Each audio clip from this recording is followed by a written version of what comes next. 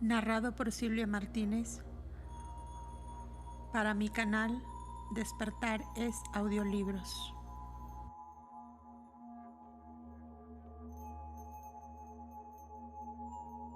Estancia 9. La evolución final del hombre. 33. Los creadores se arrepienten. 34. Espían ellos su negligencia. 35. Los hombres son dotados de mente. 36. La cuarta raza desarrolla el lenguaje perfecto. 37. Todas las unidades andróginas se separan y se hacen bisexuales. Los las que no habían construido hombres lloraron diciendo. 34. Los Amanasa han profanado nuestras mansiones futuras, esto es karma. Habitemos en las otras, enseñémosles mejor para evitar males mayores. Así lo hicieron. 35. Entonces todos los hombres fueron dotados de manas, vieron ellos el pecado de los sin mente.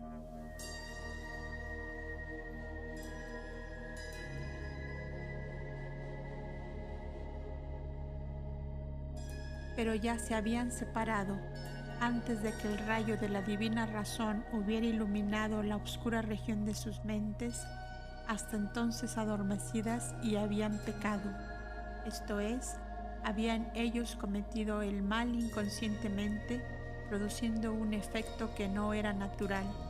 Sin embargo, lo mismo que las otras 6 razas primitivas compañeras o hermanas, así la séptima, degenerada desde entonces y que tendrá que esperar el tiempo para su desarrollo final, por razón del pecado cometido, aún esta raza se encontrará en el último día en uno de los 7 senderos, porque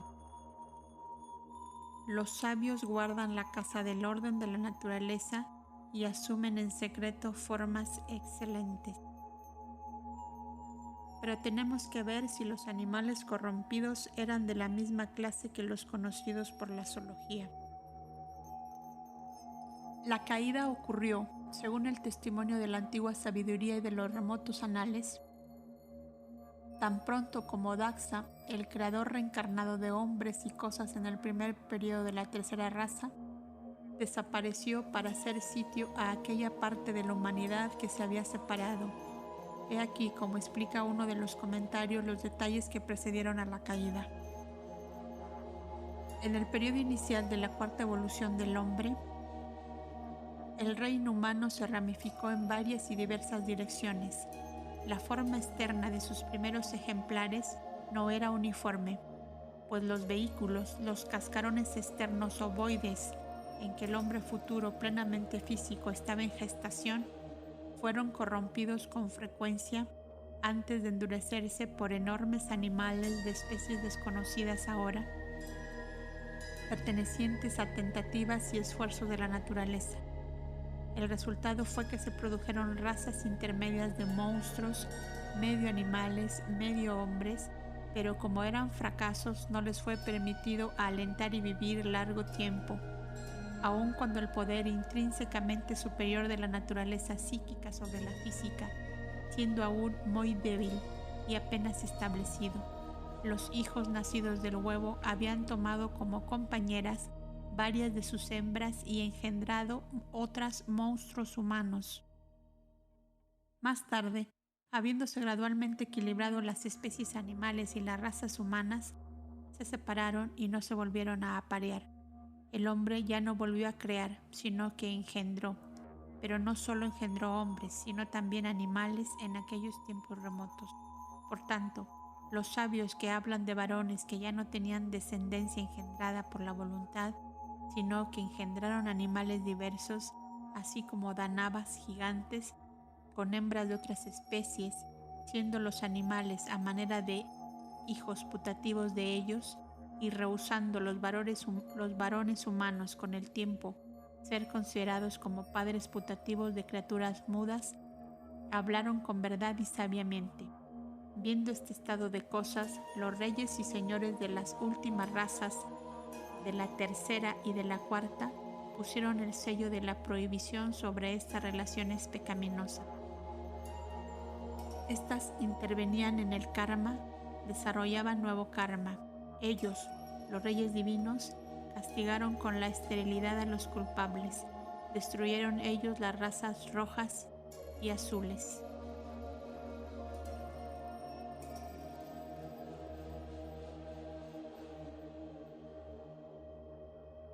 En otro comentario leemos: aún en tiempos posteriores había hombres animales de caras rojas y azules, no por comercio carnal efectivo entre la especie humana y los animales, sino por descendencia. Y otro pasaje menciona: hombres atezados de pelo rojo que marchan a cuatro patas, que se encorvan y enderezan, que se mantienen de pie y se vuelven a dejar caer sobre las manos, que hablan como sus antepasados y corren sobre sus manos como sus gigantes antepasadas hembras. Quizá los hackelianos reconozcan en estas especies no al Homo primigenius, sino a ciertas tribus inferiores, tales como algunas de salvajes australianos. Sin embargo, ni aun estos descienden de los monos antropoides, sino de padres humanos y de madres semi-humanas, o hablando con más exactitud, de monstruos humanos, los fracasos que se mencionan en el comentario.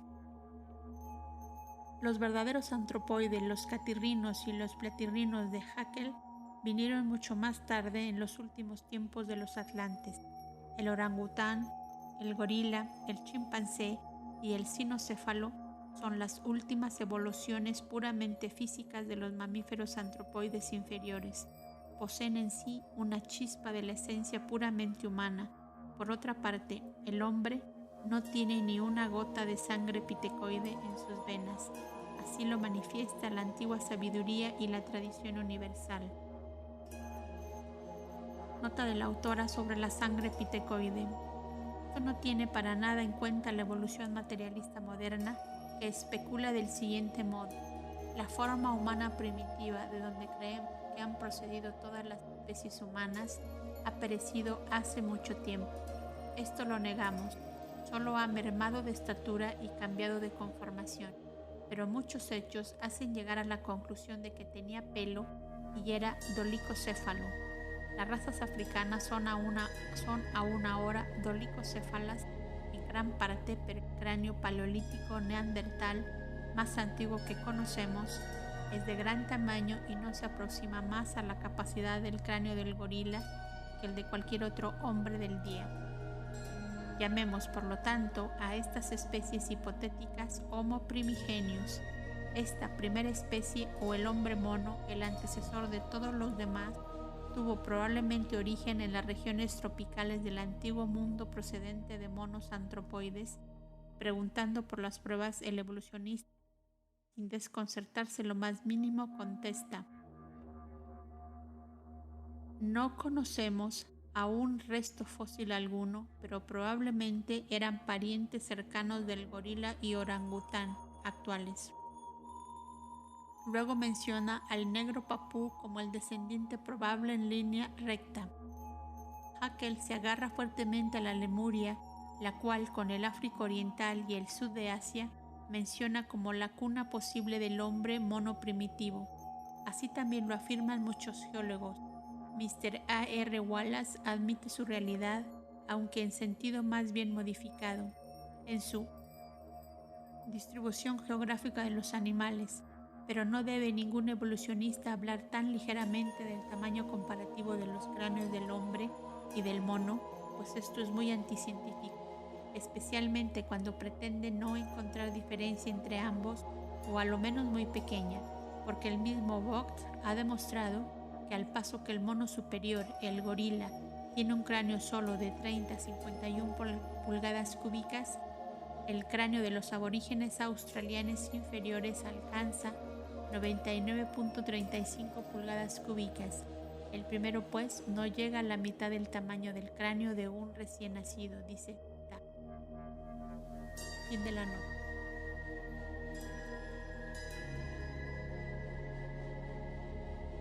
¿Cómo se efectuó la separación de los sexos?, se pregunta. Hemos de creer en la antigua fábula judía de Eva saliendo de una costilla de Adán.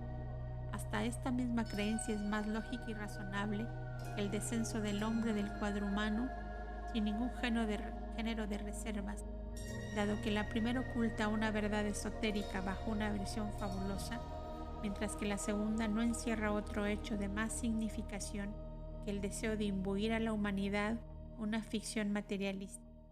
La costilla es hueso, y cuando leemos en el Génesis que Eva fue hecha de una costilla, solo significa que la raza con huesos fue producida de una raza y razas inferiores que eran sin huesos. Esta es una enseñanza esotérica extraordinariamente esparcida y casi universal bajo diversas formas. Una tradición tahitiana declara que el hombre fue creado de Araea, tierra roja. Taroa, el poder creador, el dios principal, hizo dormir al hombre durante años por varias vidas. Esto significa periodos de raza y se refiere a su sueño mental, como se dijo antes. Durante este tiempo la deidad sacó un lbi, hueso del hombre, y se convirtió en mujer. Nota de la autora. Polynesian Research de Ellis, volumen 2, página 38. Los misioneros parece que han querido cambiar este nombre de Ibi en Eva, pero según ha demostrado el profesor Max Müller, Eva no es el nombre hebreo, sino una transformación europea de Chava, la vida o madre de todo lo viviente, mientras que el Ibi tahitiano y el Eva maorí significan hueso y nada más que hueso. Introduction to the Science of Religions, página 304. Fin de la nota. Sin embargo, sea lo que quiera lo que la alegoría signifique, hasta en su sentido exotérico, necesita un constructor divino del hombre, un progenitor. ¿Es que nosotros creemos en tales seres sobrenaturales? Decimos no. El ocultismo no ha creído jamás en nada animado o inanimado fuera de la naturaleza. Ni somos tampoco cosmólatras ni politeístas por creer en el hombre celeste y en hombres divinos, pues tenemos el testimonio acumulado de las edades con su evidencia invariable en todos los puntos esenciales que nos apoyan en esto. La sabiduría de los antiguos y la tradición universal. Rechazamos, sin embargo, esas tradiciones groseras y sin fundamento que se han sobrepuesto a la alegoría y simbolismo estrictos, aun cuando hayan sido acogidas en credos exotéricos. Pero lo que se conserva en la tradición unánime solamente pueden rechazarlo los que quieren ser ciegos. De aquí que creamos en razas de seres distintas de la nuestra, en periodos geológicos remotísimos, en razas etéreas con forma que siguieron a los hombres incorpóreos a rupa, pero sin substancia sólida. Gigantes que nos precedieron a nosotros, pigmeos, en dinastías de seres divinos, esos reyes e instructores de la tercera raza en artes y ciencias, en comparación de las cuales nuestra pequeña ciencia moderna es aún menos que la aritmética elemental comparada con la geometría. No, ciertamente, no creemos en lo sobrenatural, sino solo en inteligencias suprahumanas o más bien interhumanas. Puede comprenderse fácilmente el sentimiento de contrariedad que tendría una persona ilustrada al ser clasificada entre los supersticiosos e ignorantes y hasta hacerse uno cargo de la gran verdad emitida por Renan cuando dice que lo sobrenatural se ha convertido como el pecado original en una mancha de lo que todo el mundo parece avergonzarse. Hasta las personas más religiosas rehúsan hoy admitir, aunque sea una parte mínima de los milagros de la Biblia en toda su crudeza, y tratando de reducirlos al mínimo, los ocultan y esconden en los rincones más remotos del pasado. Pero lo sobrenatural de Renan pertenece al dogma y a la letra muerta. Ello no tiene nada que ver con su espíritu ni con la realidad de los hechos de la naturaleza. Si la teología nos pide que creamos solo hace 4 o 5 mil años que los hombres vivían 900 años y más, que una parte de la humanidad, los enemigos del pueblo de Israel exclusivamente, se componía de gigantes y monstruos, nos negamos a creer que semejante cosa existiese en la naturaleza hace solo 5.000 años. porque la naturaleza jamás procede por los saltos y la lógica y el sentido común, juntamente con la geología, antropología y etnología, se han rebelado con razón contra tales afirmaciones. Pero si esta misma teología, abandonando su cronología fantástica, hubiese pretendido que los hombres vivían 969 años, la edad de Matusalén, hace 5 millones de años, nada tendríamos que decir en contra del aserto, porque en aquellos días la constitución física de los hombres era, comparada con el cuerpo actual humano, como la de un megalosauro a un lagarto común. Un naturalista sugiere otra dificultad. La especie humana es la única que, aunque desigual en sus razas, puede procrear entre sí. No existe la selección entre las razas humanas, dicen los antidarwinistas. Y ningún evolucionista puede negar el argumento, lo cual prueba triunfalmente la unidad específica. ¿Cómo puede, pues, el ocultismo insistir en que una parte de la humanidad de la cuarta raza engendró pequeñuelos con hembras de otra especie, solo semihumana, sino enteramente animal, cuyos híbridos no solo engendraron libremente, sino que produjeron a los antepasados de los monos antropoides modernos? La ciencia esotérica contesta a esto que eso sucedía en los mismos comienzos del hombre físico. Desde entonces la naturaleza ha cambiado sus métodos y la esterilidad es el único resultado del crimen de bestialidad del hombre. Pero aún hoy tenemos pruebas de este crimen. La doctrina secreta enseña que la unidad específica de la humanidad no deja de tener excepción. Aún hoy, porque hay, o más bien había todavía, hace pocos años, descendientes de estas tribus o razas medio animales, tanto del remoto origen lémur como el del lémur atlante. El mundo los conoce por tasmanios, ahora extinguidos, australianos, isleños, andamanes, etc. La procedencia de los tasmanios puede casi probarse por un hecho que llamó mucho la atención a Darwin, sin poder sacar nada en el limpio de él. Este hecho merece mencionarse. De Quatrefages y otros naturalistas que tratan de probar el monogenismo por el hecho mismo de que todas las raras de la humanidad pueden cruzarse entre sí, han dejado fuera de sus cálculos excepciones, que en este caso no confirman la regla. El cruzamiento humano puede haber sido una regla general desde el tiempo de la separación de los sexos, pero esto no impide el reconocimiento de otra ley, saber, la esterilidad entre dos razas humanas. Precisamente lo mismo que entre dos especies diferentes de animales, en esos casos raros en que el europeo condesciende en juntarse con una mujer de una tribu salvaje, y sucede que ésta es un miembro de tales razas mezcladas. Darwin menciona un caso semejante que tuvo lugar en una tribu Tasmania, cuyas mujeres se hicieron en más estériles algún tiempo después de la llegada entre ellas de colonos europeos.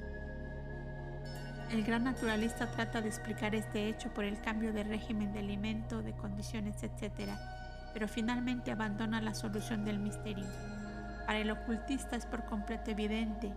El cruzamiento, según lo llaman, de europeos con mujeres tasmanias, esto es, con las representantes de una raza cuyos progenitores fueron un monstruo sin alma y sin mente, y un hombre verdaderamente humano, aunque todavía sin razón, causó la esterilidad, y esto no solo como consecuencia de una ley fisiológica, sino también como un decreto de la evolución kármica en la cuestión de la supervivencia consecutiva de la raza anormal. La ciencia no está preparada todavía para creer en ninguno de los puntos mencionados, pero tendrá que admitirlos a la larga. La filosofía esotérica, tengámoslo presente, solo llena los vacíos que deja la ciencia y corrige sus falsas premisas. Sin embargo, en este particular, la geología y hasta la botánica y la zoología sostienen las enseñanzas esotéricas. Se ha dicho por muchos geólogos que el indígena australiano, al coexistir como sucede con una fauna y flora arcaicas, debe datar de una antigüedad enorme. Todo lo que lo rodea a esta raza misteriosa, acerca de cuyo origen la etnología permanece silenciosa, Es un testimonio de la verdad de la posición esotérica, según dice Jocks. Es un hecho muy curioso que no solo estos animales marsupiales, los mamíferos encontrados en las Oxfordshire, Stonefield Slate, pizarras del campo de piedra del condado de Oxford, sino también algunas de las conchas, como por ejemplo las trigonías y hasta algunas de las plantas encontradas en estado fósil en las rocas oolíticas, se parecen mucho a las que viven en Australia que las formas vivas de ninguna otra parte del globo. Esto pudiera explicarse suponiendo que desde el periodo oolítico jurásico han tenido lugar menos cambios en Australia que en ninguna otra parte y que, por consiguiente, la fauna y la flora australianas retienen algo del tipo oolítico, al paso que en el resto del mundo ha sido suplantado y reemplazado por completo. Notas de la autora sobre las razas mezcladas. De semejantes criaturas semianimales, los únicos restos conocidos de la etnología eran los tasmanios, una parte de los australianos y una tribu de las montañas en China, cuyos hombres y mujeres están completamente cubiertos de pelo. Eran los últimos descendientes en línea directa de los mencionados lémures semianimales posteriores. Hay, sin embargo, un número considerable de pueblos de la mezcla lémuro-atlante producidos por varios cruzamientos con tales especies semi-humanas, a saber, los salvajes de Borneo, los Vedas de Ceilán, clasificados por el profesor Flower entre los arios, la mayor parte de los australianos que quedan, bosquimanos, negritos, isleños, andamanes, etc.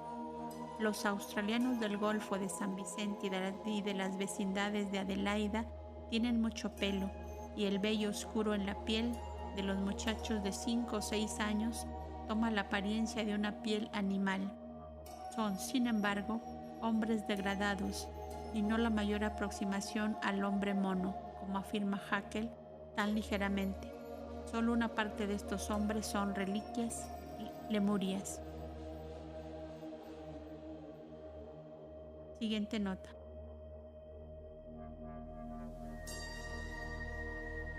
Monstruos sin alma.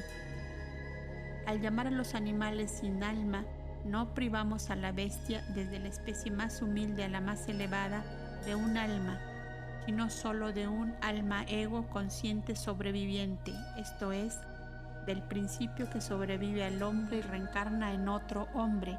El animal tiene un cuerpo astral que sobrevive al físico durante un corto periodo. Sin embargo, su mónada animal no reencarna en la misma especie, sino en otra superior, y por supuesto no tiene devachan. Tiene ella en sí la semilla de todos los principios humanos, pero en estado latente. Fin de las notas. Ahora bien, ¿por qué han tenido lugar menos cambios en Australia que en ninguna otra parte? ¿Dónde está la razón de ser semejante condenación al retardo? Sencillamente porque la naturaleza del medio se desarrolla pari passu con la raza que se refiere. Las correspondencias dominan en todas partes. Los supervivientes de aquellos últimos lémures que escaparon a la destrucción de sus compañeros cuando el continente principal se sumergió, fueron luego los antecesores de una parte de las tribus indígenas presentes, siendo una raza muy inferior, engendrada originalmente con animales, con monstruos, cuyos fósiles mismos se encuentran ahora a millas de profundidad bajo el lecho de los mares. Su tronco ha existido desde entonces en un medio fuertemente sujeto a la ley del retardo. Australia es una de las tierras más antiguas actualmente sobre las aguas y se halla en la decrepitud senil de la vejez a pesar de su suelo virgen. No puede producir formas nuevas a menos de ser ayudada por razas nuevas y lozanas y por crías y cultivos artificiales. Volvamos otra vez, en todo caso, a la historia de la tercera raza, la nacida del sudor, la criadora de huevos y la andrógina. casi sin sexo en sus principios, se convirtió luego en bisexual o andrógina. Muy gradualmente, por supuesto, el paso desde la primera a la última transformación necesitó innumerables generaciones durante las cuales la célula simple que salió del primer padre, los dos en uno, se desarrolló primeramente en un ser bisexual. Luego, la célula, convirtiéndose en un huevo regular, produjo una criatura unisexual. La humanidad de la tercera raza es la más misteriosa de las 5 que hasta ahora se han desarrollado. El misterio del cómo de la generación de los distintos sexos tiene, por supuesto, que permanecer muy oscuro aquí, pues es asunto para un embriólogo y un especialista, y la presente obra solo da el débil bosquejo del proceso. Pero es evidente que las unidades de la humanidad de la tercera raza principiaron a separarse en sus cascarones prenatales o huevos, y a salir de ellos como pequeñuelos machos y hembras definidos, edades después de la aparición de sus primitivos progenitores, y a medida que el tiempo transcurría en sus periodos geológicos, las subrazas nuevamente nacidas principiaron a perder sus capacidades natales. Hacia el fin de la cuarta subraza de la tercera raza, el niño perdió la facultad de andar tan pronto como salía de su cascarón, y hacia el final de la quinta, la humanidad principió a nacer bajo las mismas condiciones y por idéntico procedimiento que nuestras generaciones históricas. Esto necesitó, por supuesto, millones de años. El lector conoce ya las cifras aproximadas, al menos los cálculos exotéricos.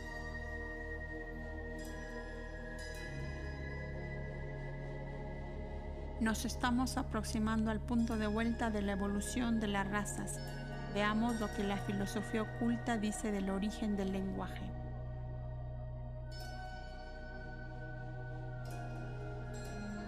Nota de la autora sobre los cascarones prenatales o huevos. Las fábulas y mitos acerca de Leda y Júpiter y otras semejantes no hubieran podido nunca surgir en la imaginación de la gente si la alegoría no hubiera estado fundada en un hecho de la naturaleza. La evolución, al transformar gradualmente al hombre en un mamífero, hizo en este caso lo que con otros animales, pero esto no impide que el hombre haya permanecido siempre a la cabeza del mundo animal y otras especies orgánicas y haber precedido al primero. Fin de la nota.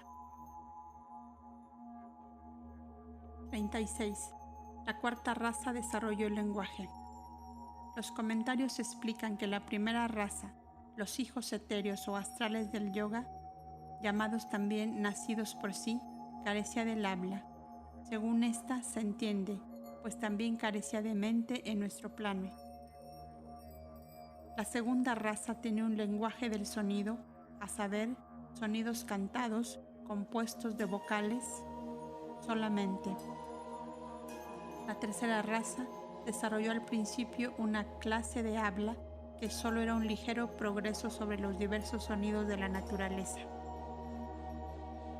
Sobre el grito de los insectos gigantescos y de los primeros animales que apenas habían principiado, sin embargo, su aparición en los días del nacido del sudor o de la primera tercera raza. En su segunda mitad, cuando el nacido del sudor dio nacimiento al nacido del huevo, la tercera raza media, y cuando ésta, en lugar de empollar, perdone el lector esta expresión ridícula cuando se tiene en cuenta los seres humanos de nuestra época, como seres andróginos, principió a separarse en machos y hembras, cuando la misma ley de evolución las llevó a producir sexualmente su especie, acto que obligó a los dioses creadores impulsados por la ley kármica a encarnar en hombres sin mente, solo entonces se desarrolló el habla, pero aún entonces no fue esto más que una tentativa. Toda la raza humana solo tenía en aquel tiempo un habla y un labio. Esto no impidió que las dos últimas subrazas de la tercera raza construyeran ciudades y sembrasen por todas partes las primeras semillas de la civilización, bajo la dirección de sus instructores divinos y de sus propias mentes ya despiertas. El lector debe tener presente también que así como cada una de las 7 razas se divide en 4 edades, de oro, de plata, de bronce y de hierro, lo mismo sucede con la más pequeña división de dichas razas. El habla, pues, se desarrolló según la enseñanza oculta en el orden siguiente. 1. Idioma monosilábico. El de los primeros seres humanos, casi completamente desarrollados al final de la tercera raza raíz, los hombres de color dorado de complexión amarilla, después de su separación en sexos y del despertar completo de sus mentes. Antes de esto se comunicaban por lo que ahora se llamaría transferencia del pensamiento, aunque exceptuando la raza llamada los hijos de la voluntad y del yoga, los primeros en quienes habían encarnado los hijos de la sabiduría, el pensamiento estaba muy poco desarrollado en el hombre físico naciente y nunca se elevaba más allá de un nivel terrestre inferior. Cuerpos físicos pertenecen a la tierra y sus mónadas permanecían en un plano superior. El lenguaje no podía desarrollarse bien antes de la completa adquisición y desenvolvimiento de sus facultades razonadoras. Este idioma monosilábico fue el padre vocal, por decirlo así, de las lenguas monosilábicas mezcladas con consonantes duras que todavía se usan entre las razas amarillas conocidas de los antropólogos. 2. Idiomas aglutinantes. Estos caracteres lingüísticos originaron idiomas aglutinantes. Estos se hablaron por algunas razas atlantes, mientras que otros troncos, padres de la raza cuarta, conservaron la lengua madre. Y como los lenguajes tienen una evolución cíclica, su infancia, pureza, crecimiento, caída en la materia, mezcla con otras lenguas, madurez, decaimiento y finalmente muerte, por esto decayó y casi murió el habla primitiva de las razas atlantes más civilizadas. Ese habla mencionada como la Raksasi Vasa en las obras antiguas sánscritas, al paso que la crema de la cuarta raza gravitaba más y más hacia el ápice de la evolución física e intelectual, dejando así como herencia a la naciente quinta raza, la aria, el lenguaje de flexión altamente desarrollado. El aglutinante decayó y quedó como idioma fósil fragmentario, esparcido ahora y casi limitado a las tribus aborígenes de América. 3. Idiomas de flexión. La raíz del sánscrito, muy erróneamente llamado el hermano mayor del griego, en lugar de su padre, fue la primera lengua, ahora la de los misterios de los iniciados de la quinta raza. Las lenguas semíticas son descendientes bastardas de las primeras corrupciones fonéticas de los hijos mayores del primitivo sánscrito. La doctrina oculta no admite divisiones sobre la aria, la semítica y hasta acepta la turania con grandes reservas. Los semitas, especialmente los árabes, son arios posteriores degenerados en espiritualidad y perfectos en materialidad. A estos pertenecen todos los judíos y árabes. Los primeros son una tribu descendiente de los chándalas de la India, los fuera de casta, muchos de ellos ex-brahmanes que refugiados en Caldea, Sinde y Aria, Irán, nacieron efectivamente de su padre Abraham, no Brahman,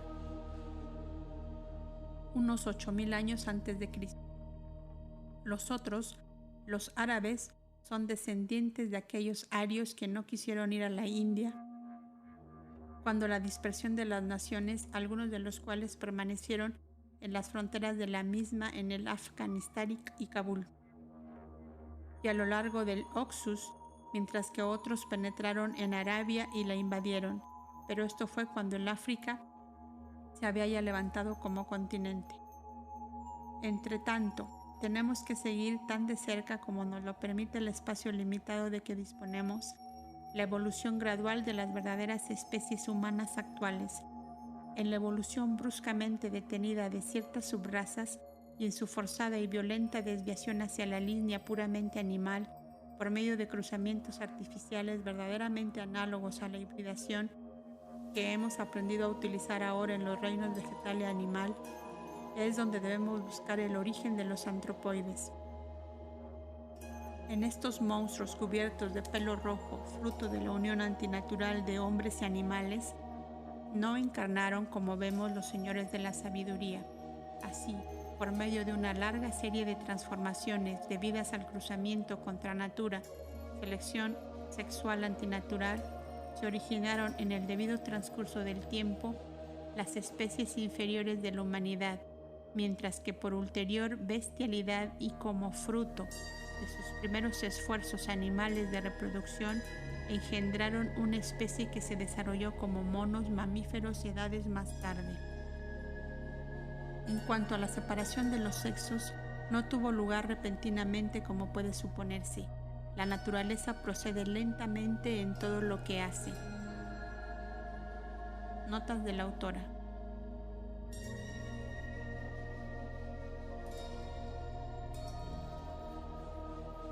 Tercera raza.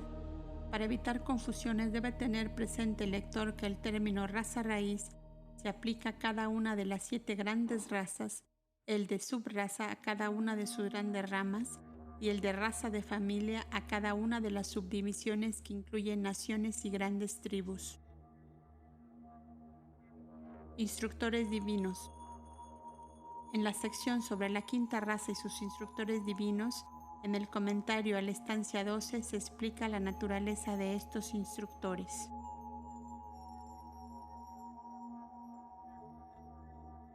Sobre las lenguas monosilábicas. Las razas amarillas presentes descienden, sin embargo, de las primeras ramas de la cuarta raza.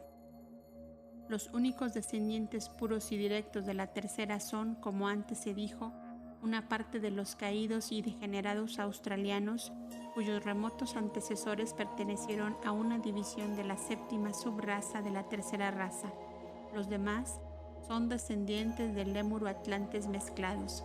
Desde aquel tiempo han cambiado por completo en estatura y capacidades intelectuales. Sobre la evolución de las lenguas. El habla es ciertamente coetánea de la razón y no pudo desarrollarse hasta que los hombres se asimilaron los principios anímicos existentes en ellos, los que fructificaron y llamaron a la vida al elemento manásico dormido en el hombre primitivo, pues como nos dice el profesor Max Müller en su Science of Thought, el pensamiento y el habla son idénticos. Sin embargo, añadir a esto la reflexión de que los pensamientos demasiado profundos para ser hablados no existen realmente es algo arriesgado, pues el pensamiento impreso en las tablas astrales existe en la eternidad, expresado sin expresar. El logos es a la vez razón y habla, pero el lenguaje, al proceder por ciclos, no es siempre adecuado para expresar pensamientos espirituales. Por otra parte, en un sentido, el logos griego es el equivalente del Vash sánscrito, el rayo inmortal intelectual del espíritu, y el hecho de que Vach, como Devasena, un aspecto de Sarasvati, la diosa de la sabiduría oculta, sea la esposa del célibe eterno Kumara, descubre una indicación, aunque velada, de los Kumaras, aquellos que se negaron a crear, pero que más tarde fueron obligados a completar al hombre divino, encarnando en él. Todo esto será completamente explicado en las secciones que siguen. Sobre los que permanecieron en Afganistán y Kabul. Ptolomeo, al hablar en su tabla novena de las tribus Kabolitae o Kabul, las llama Aristopili. Las tribus aristocráticas o nobles. Los afganos se llaman así Ben Israel, hijos de Israel, de Isa, mujer y también tierra, hijos de la madre tierra. Pero un afgano daría muerte al que le llamase Yahudi, judío. Los nombres de las supuestas 12 tribus de los judíos y los nombres de las 12 tribus reales de los afganos son los mismos, siendo los afganos mucho más antiguos, por lo menos su tronco árabe, que los israelitas. No debe sorprender encontrar entre ellos nombres de tribus como Yausofsik, hijos de José, en Pong, Kaure y Boneri, Sablistani, Zebulón entre paréntesis, Ben Manasés, hijos de Manasés, entre los tártaros, Kohar, Isagurí o Issacar, ahora Asnagor en el Afganistán, etc. Todos los 12 nombres de las llamadas 12 tribus son nombres de los signos del zodiaco, según está ahora bien probado. En todo caso, los nombres de las tribus árabes más antiguas, literalmente, dan los nombres de los signos zodiacales, como asimismo de los hijos míticos de Job. ¿Dónde están las huellas de las 12 tribus judíos? En ninguna parte, pero hay señales y bien profundas de que los judíos han tratado de engañar a las gentes con la ayuda de estos nombres. Pues véase lo que sucede siglos después de haber desaparecido por completo las 10 tribus de Babilonia. Ptolomeo Filadelfio, deseando tener traducida la ley hebrea al griego, la famosa de los 70, escribió al gran sacerdote judío Eleazar que le enviase 6 hombres de cada una de las 12 tribus, y los 72 representantes, de los cuales 60 eran sin duda fantasmas, fueron al rey en Egipto y tradujeron la ley entre milagros y maravillas. Véase Oroe Biblia de Butler, Josefo y Filón el judío.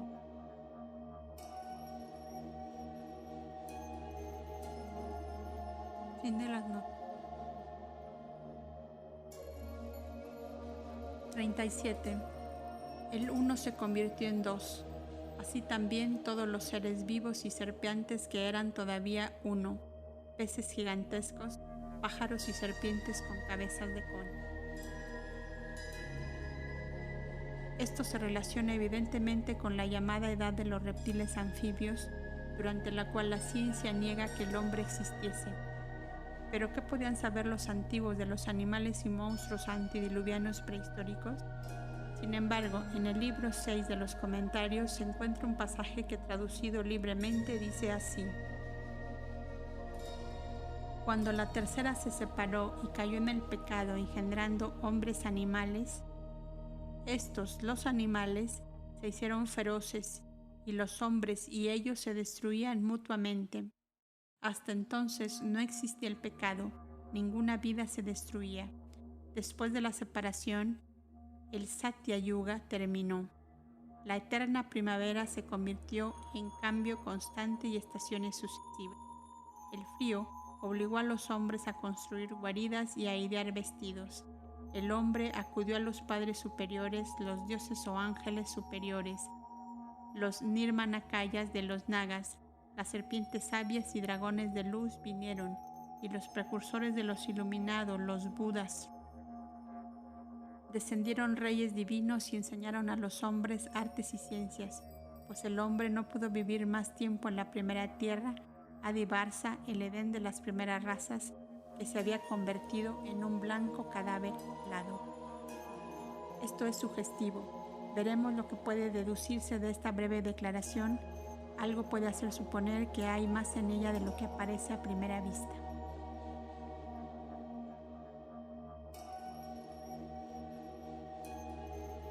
Edenes, serpientes y dragones. ¿De dónde procede la idea y el significado verdadero del término Edén? Los cristianos sostendrán que el jardín del Edén es el santo paraíso, el sitio profanado por el pecado de Adán y de Eva. El ocultista negará esta interpretación de la letra muerta y demostrará lo contrario. No es necesario creer en la Biblia y ver en ella la revelación divina para decir que este antiguo libro, si se lee esotéricamente, está basado en las mismas tradiciones universales que las demás antiguas escrituras. Lo que era el Edén se mostró parcialmente en Isis sin velo, en donde se dice que el jardín del Edén como localidad no es en modo alguno un mito. Pertenece a esos mojones de la historia que a veces hacen descubrir al estudiante que la Biblia no es toda mera alegoría. Edén, o del hebreo Gan Eden, que significa el parque o jardín del Edén, es un nombre arcaico del país regado por el Éufrates y sus muchos brazos, desde Asia y Armenia hasta el mar Eritreo. En el libro de los números caldeos se designa su situación por números, y en el manuscrito Rosacruz cifrado dejado por el conde de Saint Germain se le describe por completo. En las tablas asirias se halla traducido por Gandunillas. Ved, dicen los Elohims del Génesis, el hombre se ha convertido en uno de nosotros. Los Elohims pueden ser tomados en un sentido por dioses o poderes y en otro por Aleim o sacerdotes. Los hierofantes iniciados en el bien y el mal de este mundo, pues había un colegio de sacerdotes llamados los Aleim, en tanto que la cabeza de su casta o jefe de los hierofantes era conocido por Haya Aleim, un Adán u hombre. En lugar de hacerse neófito y obtener gradualmente sus conocimientos esotéricos por medio de una iniciación regular, usa sus facultades intuitivas e impulsado por la serpiente, que es la mujer y la materia, prueba ilícitamente del árbol del conocimiento la doctrina esotérica o secreta. Los sacerdotes de Hércules o Melkart, el señor del Edén, llevaban todos vestidos de piel. El texto dice: y Haya Aleim hizo para Adán y su esposa.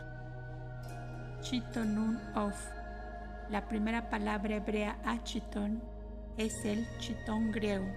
Se convirtió en una palabra del eslavo tomada de la Biblia y significa un vestido externo. La escritura hebrea, aunque teniendo el mismo fondo de verdad esotérica que todas las cosmogonías primitivas, lleva en su faz las señales de un doble origen. Su génesis es puramente una reminiscencia de la cautividad babilónica. Puede seguirse el rastro de los nombres de los lugares, de los hombres y hasta de los objetos, desde el texto original a los caldeos y acadios, antepasados e instructores arios de los primeros. Se combate fuertemente que las tribus acadias de Caldea, Babilonia y Asiria fuesen de algún modo consanguíneas con los brahmanes del Indostán, pero hay más pruebas en favor de que en contra de esta opinión. Los semitas o asirios deben haber sido llamados quizás turanios y los mongoles han sido denominados escitas. Pero si los asedios han existido en alguna otra parte, más que en las imaginaciones de algunos filólogos y etnólogos, seguramente no han sido nunca una tribu turania, como algunos asiriólogos han tratado de hacernos creer. Eran sencillamente emigrantes en su camino al Asia Menor desde la India, la cuna de la humanidad, y sus sacerdotes adeptos se detuvieron para civilizar e iniciar a un pueblo bárbaro. Halevi probó la falsedad de la manía turania respecto de los acadios, y otros hombres de ciencia han probado que la civilización babilónica no nació ni se desarrolló en aquel país. Fue importada de la India y los que la introdujeron eran indo-brahmanes. Y ahora, 10 años después de haber escrito esto, nos vemos corroborados por el profesor Sayce, que dice en su primera conferencia en Hiber que la cultura de la ciudad babilónica Eridu era de importación extranjera. Vino ella de la India. Mucha parte de la teología fue tomada por los semitas de los acadios, no semitas o protocaldeos, a quienes suplantaron y cuyos cultos locales no quisieron ni pudieron desarraigar. Verdaderamente, durante el transcurso de muchos siglos, las dos razas, la semita y la acadia, vivieron una al lado de otra, mezclándose insensiblemente sus ideas y culto a los dioses. Aquí los acadios son llamados no semitas, como lo hemos asegurado en Isis sin velo, lo cual es otra corroboración. Ni tenemos menos razón en seguir sosteniendo que la historia bíblica judía fue una compilación de hechos históricos de la historia de otros pueblos, arreglados con la vestimenta judaica, exceptuando el Génesis, que es esoterismo puro y simple. Pero realmente desde Leucino a Cachemira y más allá aún, es donde la ciencia debe buscar la cuna, o más bien, una de las cunas principales de la humanidad y de los hijos de Adán, especialmente en tiempos posteriores, cuando el jardín del Edén sobre el Éufrates se convirtió en el colegio de los astrólogos y magos, los Aleim. Pero este colegio y este Edén pertenecen a la quinta raza, y son simplemente una vaga reminiscencia del Adi Varsa de la tercera raza primitiva. ¿Cuál es la etimología de la palabra Edén? En griego es nom, que significa voluptuosidad. Bajo este aspecto no es mejor que el Olimpo de los griegos, que el cielo de Indra, que esparga el monte de Meru, y hasta que el paraíso lleno de huríes prometido por Mahoma a los fieles.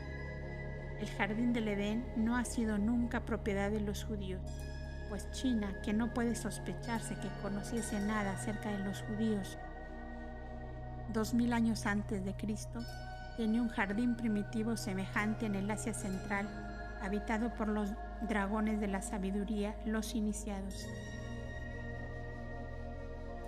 Y según Klaproth, la carta jeroglífica copiada de una enciclopedia japonesa en el libro de Foe Kouki coloca su jardín de la sabiduría en la meseta de Pamir, entre los picos más altos de la cordillera de los Himalaya, y describiéndolo como el punto culminante del Asia Central, muestra los 4 ríos Oxus, Indu, Ganges y Silo, fluyendo de un origen común, el lago de los dragones. Pero este no es el Edén del Génesis, ni es el jardín del Edén cabalístico, pues el primero, el Edén y significa en un sentido la sabiduría, un estado semejante al del Nirvana, un paraíso de dicha, mientras que en otro sentido se refiere al hombre intelectual, el que contiene el Edén, en donde crece el árbol del conocimiento del bien y del mal, siendo el hombre el conocedor. Renan y Barthélemy Saint-Hilaire, basándose en las inducciones más sólidas, creen imposible dudar por más tiempo, y ambos colocan la cuna de la humanidad en la región del Timaús. Finalmente, el Journal Asiatique llega a la conclusión de que todas las tradiciones de la especie humana que colocan a las familias primitivas en la región en que nacieron no las presentan agrupadas alrededor de los países en donde la tradición judía coloca el jardín del Edén, donde los arios zoroastrianos establecieron su Airyana, Bajo o el Meru. Háyanse limitados al norte con los países que se juntan al lago Aral y al sur con el Baltistán o pequeño Tíbet, donde concurre a probar que allí se encontraba la morada de esa humanidad primitiva de la cual debemos proceder. Esta humanidad primitiva se hallaba en su quinta raza, cuando el dragón de 4 bocas, el lago del cual quedan muy pocas señales, era la morada de los hijos de la sabiduría, los primeros hijos nacidos de la mente de la tercera raza. Sin embargo, no era la única cuna ni la cuna primitiva de la humanidad, aunque verdaderamente era la copia de la cuna del primer hombre pensador divino. Era el Paradesha, la tierra montañosa de la primera gente que habló el sánscrito, el Edone, el país de las delicias de los griegos, pero no era la glorieta de la voluptuosidad de los caldeos, pues esta última solo fue su reminiscencia, ni fue allí donde ocurrió la caída del hombre después de la separación. El Edén de los judíos fue copiado de la copia caldea. Que la caída del hombre en la generación ocurrió durante el primer periodo de lo que la ciencia llama los tiempos mesozoicos o la época de los reptiles, está evidenciado por la fraseología de la Biblia acerca de la serpiente, la naturaleza de la cual se halla explicada en el Zohar. La cuestión no es si el incidente de Eva con el reptil tentador es alegórico textual, pues nadie puede dudar que es lo primero, sino demostrar la antigüedad del simbolismo en su propia faz y que no era una idea judaica sino universal. Ahora bien, en el Zohar vemos un acerto muy extraño que parece hecho para provocar la risa del lector por lo absurdo y ridículo. Nos dice que la serpiente usada por Samael, el supuesto Satán, para seducir a Eva, era una especie de camello volador.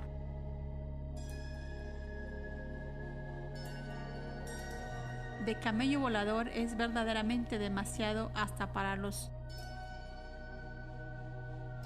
Fraters Rosacruces, académicos más liberales. Sin embargo, el Zohar, el cual no puede esperarse que use el lenguaje de un Cuvier, tenía razón en su descripción, pues vemos que en los antiguos manuscritos zoroastrianos se le llama Ashmog, el cual en el Avesta se halla representado como habiendo perdido después de la caída su naturaleza y su nombre, y se le describe como una enorme serpiente con cuello de camello. Salbert asegura que no hay serpientes aladas ni verdaderos dragones. Los griegos llaman aún a los cigarrones serpientes aladas, y esta metáfora puede haber dado origen a diversas narraciones sobre la existencia de serpientes aladas. Actualmente no hay ninguna, pero no hay razón para que no hubiesen existido en la edad mesozoica, y Cuvier, que ha reconstruido sus esqueletos, es un testigo de los camellos voladores.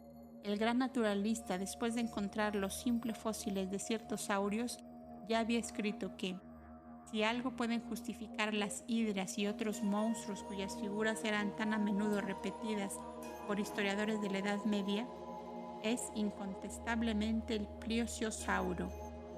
No sabemos si Cuvier ha añadido después algo como especie de mea culpa, pero podemos imaginarnos su confusión por todos sus ataques contra la veracidad arcaica cuando se encontró en presencia de un saurio volador. El pterodáctilo, encontrado en Alemania de 78 pies de largo, con alas vigorosas sujetas a un cuerpo de reptil, este fósil es descrito como un reptil. Los pequeños dedos de sus manos se hallan separadas de manera que sostienen un ala grande membranosa. Con esto se vindica, pues, el camello volador del Zohar, pues seguramente entre el largo cuello del plesiosaurio y el ala membranosa del pterodáctilo, o mejor aún del mosasauro, hay bastantes posibilidades científicas para construir un camello volador o un dragón de largo cuello. El profesor Cope de Filadelfia ha demostrado que el mosasauro fósil en la marga era una serpiente alada de esta clase. Hay en sus vértebras caracteres que indican la unión con el ofidio más bien que con el lacértido. Ahora pasemos a la cuestión principal. Es bien sabido que la antigüedad no ha pretendido jamás contar entre sus artes y ciencias a la paleontografía y a la paleontología, y nunca tuvo sus Cuviers. Sin embargo, en los ladrillos babilónicos y especialmente en los dibujos antiguos chinos y japoneses, en las pagodas y monumentos más antiguos y en la Biblioteca Imperial de Pekín, más de un viajero ha visto y reconocido representaciones perfectas de plesiosaurios y pterodáctilos en los multiformes dragones chinos.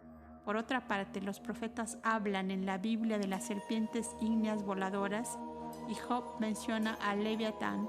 Ahora bien, presentamos directamente las siguientes preguntas.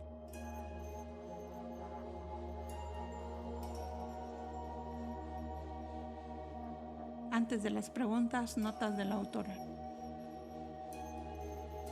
Sobre los dragones chinos.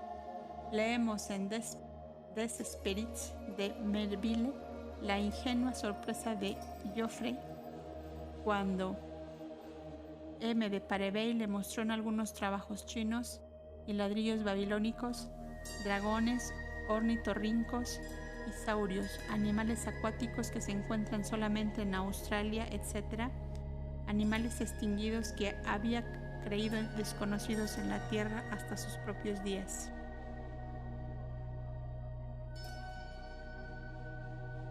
Sobre las serpientes ígneas voladoras. Véase Isaías 36, la víbora y la serpiente voladoras, y las serpientes ígneas conquistadas por las serpientes de bronce de Moisés.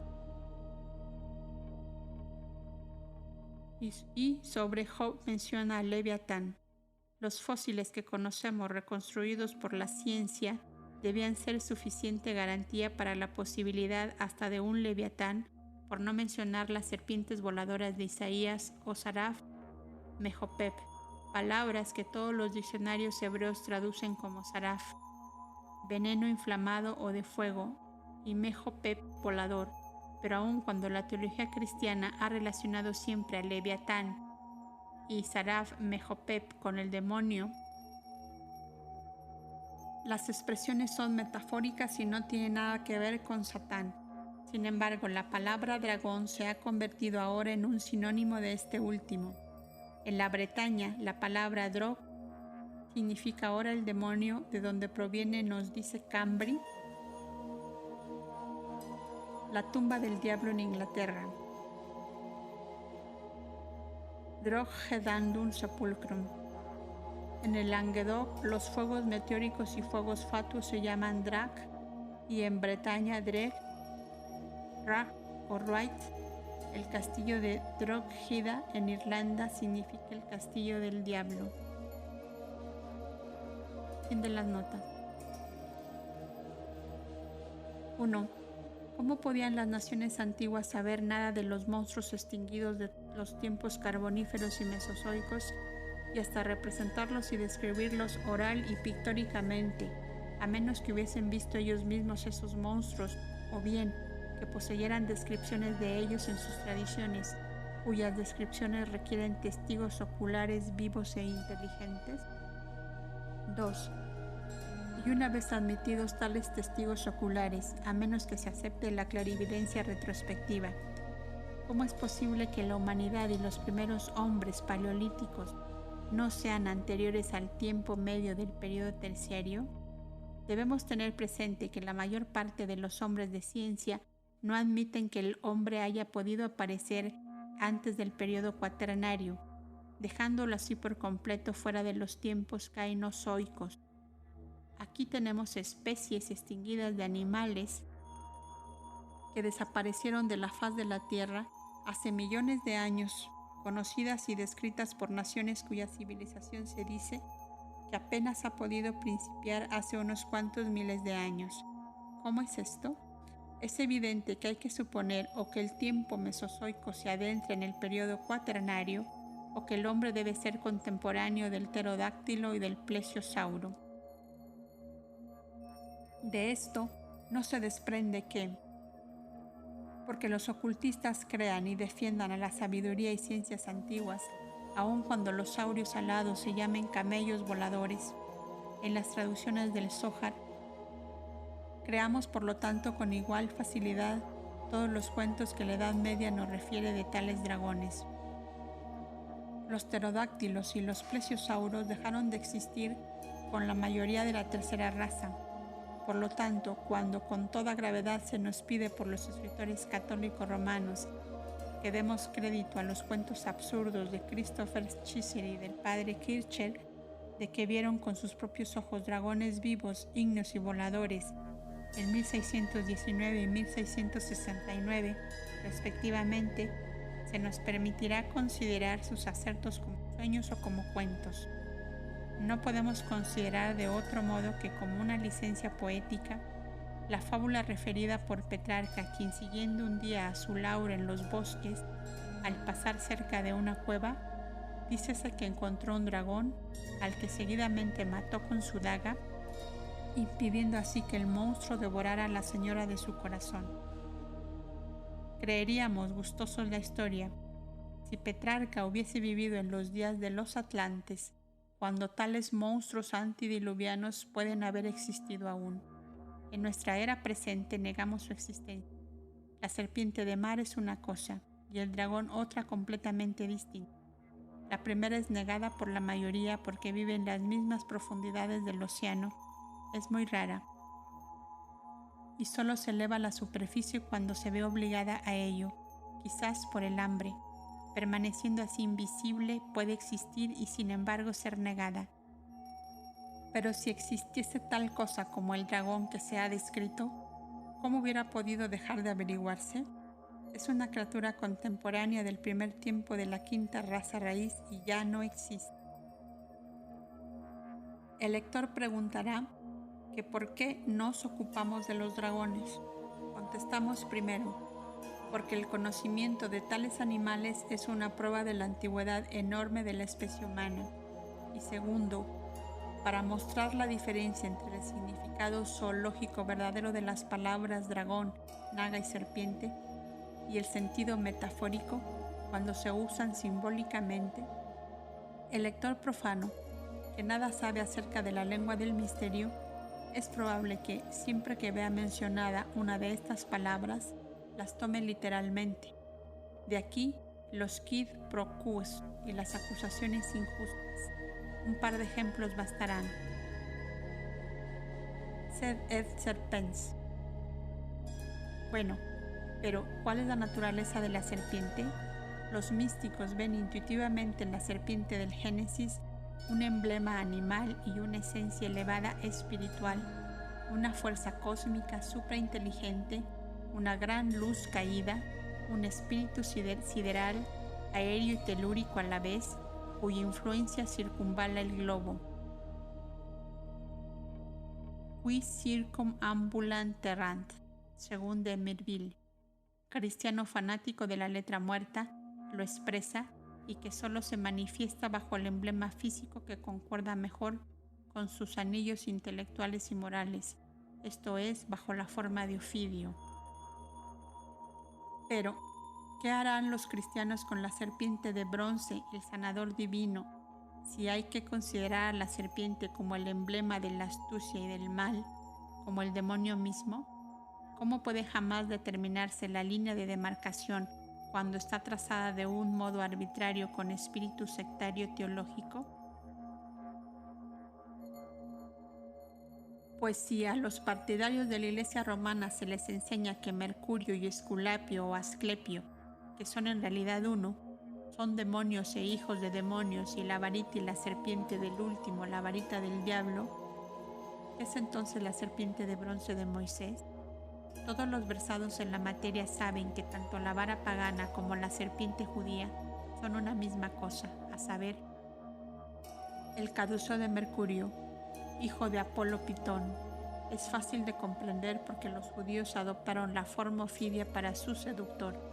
Entre ellos, esto era puramente fisiológico y fálico, y ninguna acumulación de razonamiento casuístico por parte de la Iglesia Católica Romana puede asignarle otro significado, una vez que se ha estudiado bien el lenguaje del misterio y que los documentos hebreos se han leído numéricamente. Los ocultistas saben que la serpiente, el naga y el dragón tienen cada uno un significado septenario. Que el sol, por ejemplo, era el emblema astronómico y cósmico de las dos luces en contraste. Y las dos serpientes de los gnósticos, el bien y el mal. Saben también que, cuando las conclusiones, tanto de la ciencia como de la teología, se generalizan, presentan dos extremos excesivamente ridículos. Porque cuando la primera nos dice que hasta seguir las leyendas sobre las serpientes hasta su origen primordial, la leyenda astronómica y meditar seriamente en el Sol, el conquistador de Pitón, y en la Virgen Celestial del Zodiaco rechazando al dragón devorador, para tener la clave de todos los dogmas de las religiones subsiguientes, es fácil percibir que el autor, en vez de generalizar, tiene su vista simplemente fija en la religión cristiana y en el Apocalipsis. A esto lo llamamos un extremo. El otro lo vemos cuando la teología, repitiendo la famosa decisión del Concilio de Trento, trata de convencer a las masas de que, desde la caída del hombre hasta el momento de su bautismo, el demonio tiene pleno poder sobre él y lo posee por derecho. Diabolum dominum et potestatem super homines avere et jure eos possidere. A esto contesta la filosofía oculta. Probad primero la existencia del demonio como entidad y entonces podremos creer en semejante congénita posesión. Un poco de observación y conocimiento de la naturaleza humana es suficiente para demostrar la falsedad de este dogma teológico. Si Satán tuviese alguna realidad en el mundo objetivo, o aún siquiera en el subjetivo en el sentido eclesiástico, sería el pobre diablo el que se encontraría obseso crónicamente y hasta poseído por los perversos y por lo tanto por la gran masa de la humanidad. La humanidad misma y especialmente el sacerdocio y a su cabeza la altiva, poco escrupulosa e intolerante Iglesia romana es quien ha engendrado, dado nacimiento y criado con amor al demonio, pero esto es una digresión. La Iglesia acusa a todo el mundo pensador de haber adorado a la serpiente. La humanidad entera le quemaba incienso o la apedreaba. Los Sens hablan de ella, así como los Kings y los Vedas, el Eda y la Biblia. En todas partes la serpiente sagrada, el Naga, tiene su sagrario y su sacerdote. En Roma es la Vestal quien prepara su alimento con el mismo cuidado con que atiende al fuego sagrado. En Grecia, Esculapio no puede curar sin su ayuda y le delega sus poderes. Todo el mundo ha oído hablar de la famosa embajada romana enviada por el Senado al dios de la medicina y su vuelta con la no menos célebre serpiente, la cual se dirigió por su propia voluntad y por sí misma al templo de su amo situado en una de las islas del Tíber. No había vacante que no la enrollase en su pelo, ningún augur que no la interrogase con cuidado, ningún nigromántico cuya tumba estuviese libre de su presencia. Los cainitas y los sofitas la llaman creador, al paso que reconocen como Schelling que la serpiente es el mal en substancia y en persona. Nota de la autora. Esto es poco más o menos lo mismo que si, dentro de unos cuantos miles de años, algún fanático de una nueva creencia futura que deseara glorificar su religión a expensas del antiguo cristianismo dijese: en todas partes se adoraba al Cordero. La monja, llamándole el Agnus, lo colocaba sobre su pecho. El sacerdote lo llevaba al altar. Figuraba en todas las comidas pascuales y era ruidosamente glorificado en todos los templos. Y sin embargo, los cristianos le temían y le odiaban, pues lo mataban y se lo comían. Los paganos, en todo caso, no se comen sus símbolos sagrados. No conocemos gente alguna que coma serpientes o reptiles, excepto en países civilizados en donde principian con las ranas y anguilas y conducirán por las verdaderas serpientes, así como han principiado con la carne de cordero y han terminado con la de caballo. Fin de la nota. Si el autor tiene razón y si se quiere tener una idea del prestigio de que goza la serpiente aún hoy, se debe estudiar el asunto en la India y aprender todo lo que se cree de ella y todo lo que se atribuye todavía a las nagas cobras en aquel país. Debe visitarse también a los africanos en Huida, los vudús de Puerto Príncipe y de Jamaica, los nagales de México y los pau, hombres serpientes de China, etc.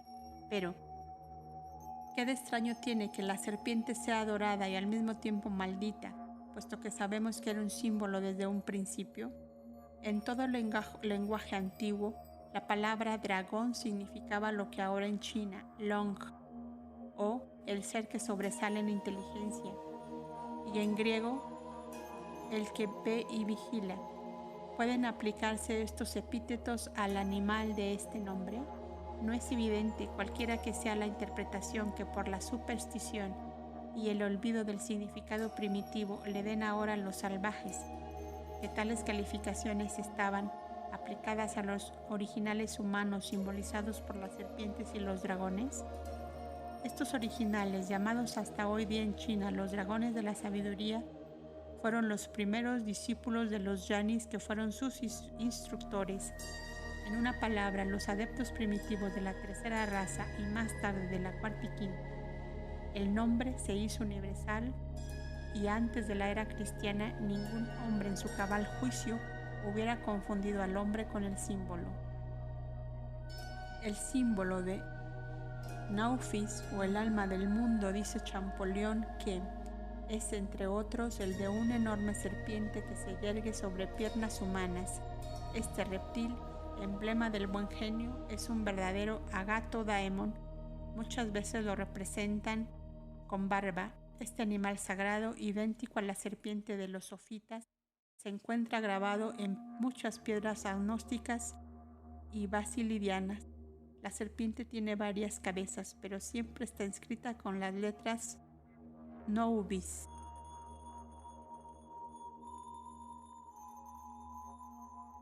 Agatho-daemon estaba dotado con el conocimiento del bien y del mal, esto es, con la sabiduría divina. pues sin esta última lo primero es imposible. Repitiendo a Jámblico, Champollion lo muestra como la deidad llamada el fuego de los dioses celestiales, el gran Thoth Hermes, a quien Hermes Trismegisto atribuye la invención de la magia. Notas de la autora. El Snow-Peas o Agatha Daemon solar es el Cristo de los gnósticos, como sabe todo hombre instruido en la materia. Está íntimamente relacionado con los 7 hijos de Sofía, sabiduría, los 7 hijos de Aditi, la sabiduría universal, siendo el octavo Martanda, el sol, y los 7 son los 7 regentes planetarios o genios. Por tanto, Snow-Peas era el sol espiritual de la luz de la sabiduría y el patrón de todos los iniciados egipcios, como lo fue más adelante Bel Merodach o Bel Belitanus entre los caldeos.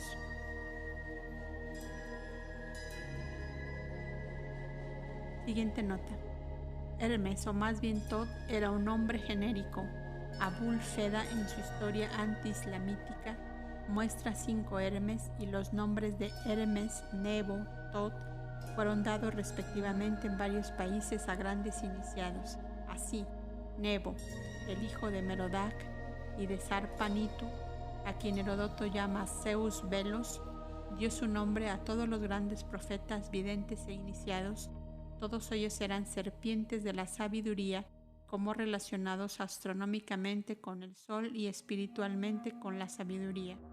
Fin de la nota.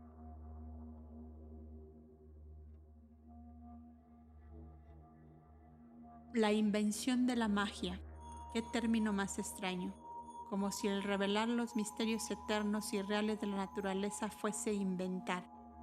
Es lo mismo que si dentro de unos miles de años se atribuyese a Mr. Crookes la invención de la materia radiante en lugar de su descubrimiento.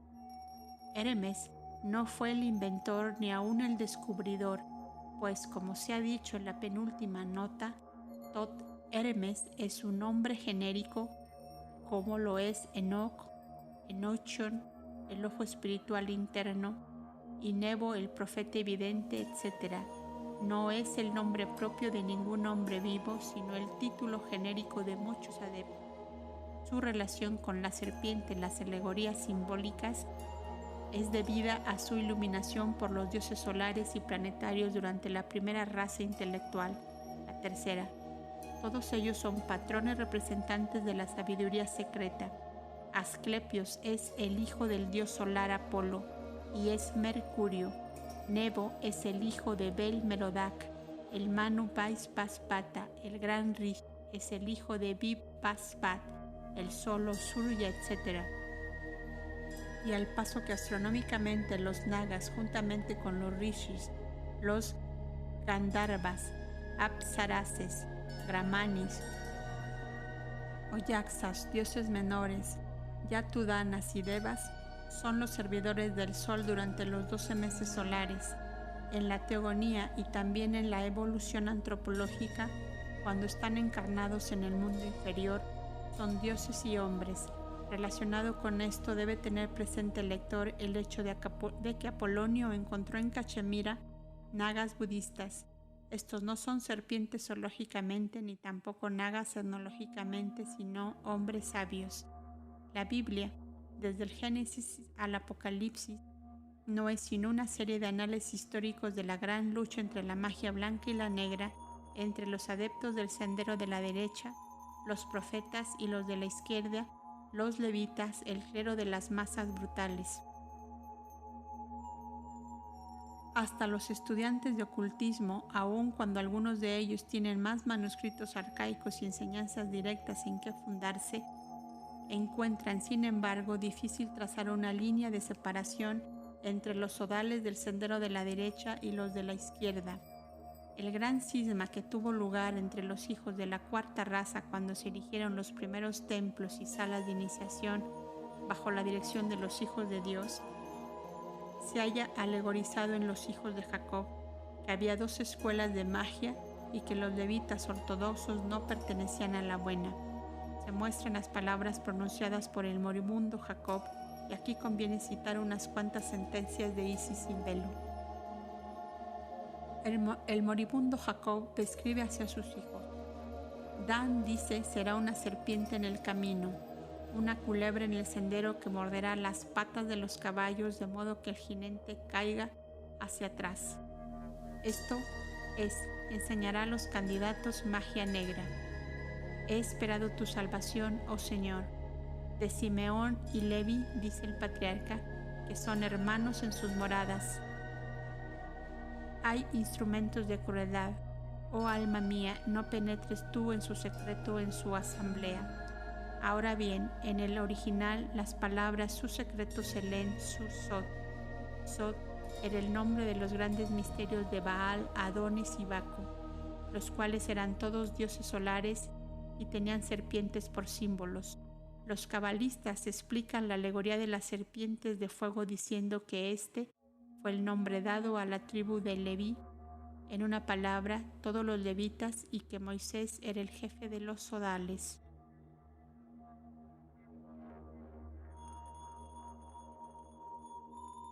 Nota de la autora sobre Sod. Dunlap, en su introducción a Sod The Mysteries of Abdoni, explica la palabra Sod como arcano misterioso religioso, fundándose en la autoridad del Pentecost de Chandler. El secreto del Señor es de los que le temen, dice el Salmo 25:14. Esta es una traducción errónea de los cristianos, pues debe leerse Sod y Jo.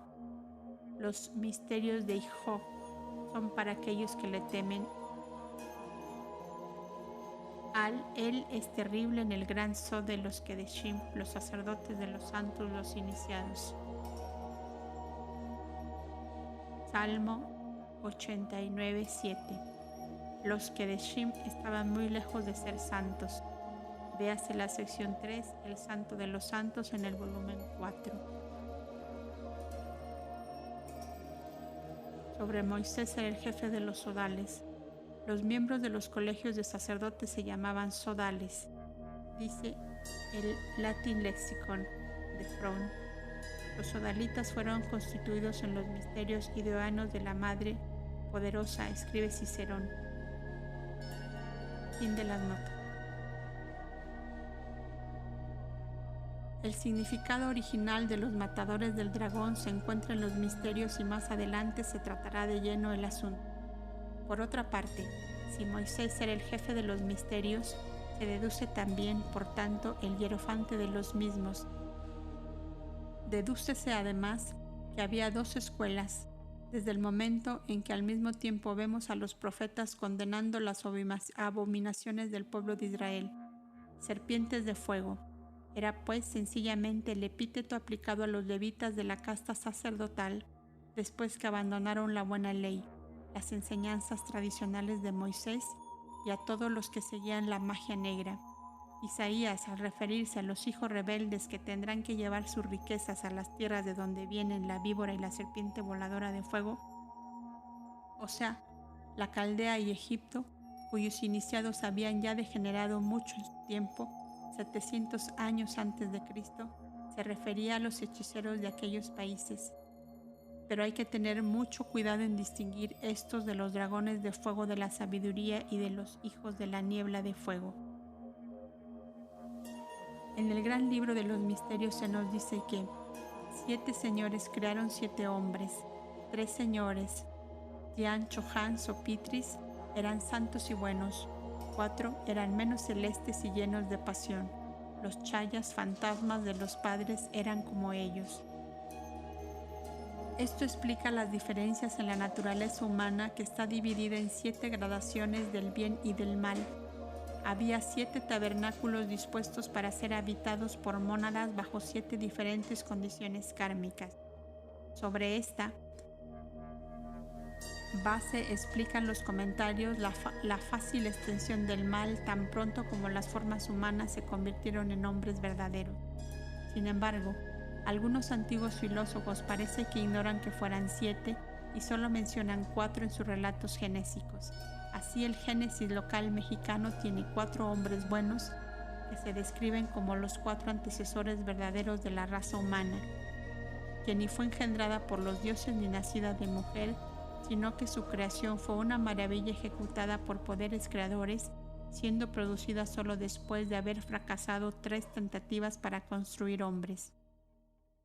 Los egipcios solamente tenían en su teología 4 hijos de Dios, mientras que en el Paimandar se mencionan 7, evitando así toda referencia a la naturaleza mala del hombre.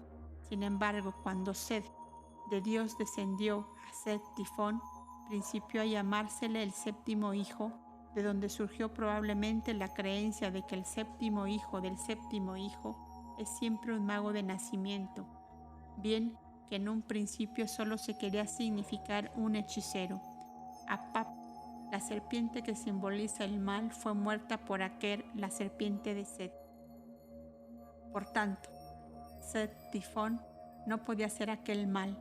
En el libro de los muertos se ordena que el capítulo 163 se lea en presencia de una serpiente sobre 2 piernas, lo cual significa un alto iniciado, un hierofante, pues el disco y los cuernos de Morueco, que adornan su cabeza de serpiente, en los jeroglíficos del título del mencionado capítulo lo denotan. Sobre la serpiente están representados los 2 ojos místicos de Amón, el oculto dios del misterio. Los anteriores pasajes corroboran nuestro acerto y muestran lo que la palabra serpiente significa realmente en la antigüedad. Pero respecto de los nagales y nargales, ¿de dónde viene la similaridad de nombres entre los nagas indios y los nagales americanos?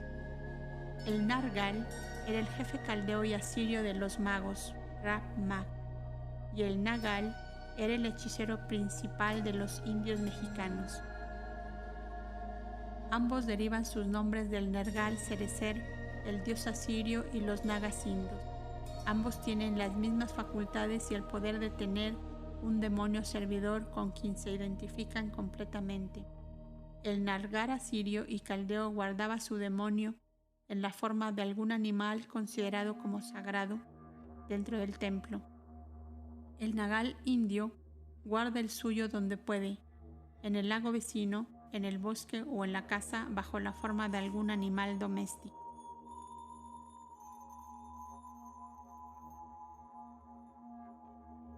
Semejante similitud no puede atribuirse a una coincidencia. Descúbrese un nuevo mundo y encontramos que para nuestros antepasados de la 4ª raza era ya viejo que Arjuna, compañero y chela de Krishna, se dice haber descendido a Patala, las antípodas, y allí haberse casado con Ulupi, naga, o más bien Nagi, hija del rey de los nagas, Kaura, ya.